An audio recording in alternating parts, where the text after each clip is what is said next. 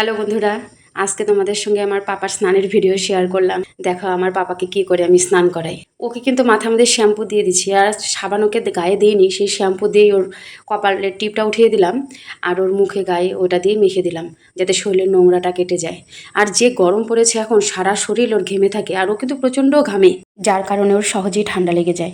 ও কিন্তু ছোটোবেলায় জলে নামালে ও কান্না করতো, তো ভাবতাম হয়তো ও জল দেখলে কান্না করবে, কিন্তু এখন দিন যাচ্ছে, একটু বড় হচ্ছে, এখন জলে দিয়ে মানে খেলতে ভালোবাসে, আর জলে নামালে কোনো কান্নাকাটি নাই। এই যে দেখো ওকে সাবান দিয়ে দিচ্ছি বা চোখে শ্যাম্পু যাচ্ছে বা মাথায় যে জল দিয়ে দিচ্ছি, চোখে যাক না যাক, ওর কিন্তু কান্নাকাটি একদমই নাই।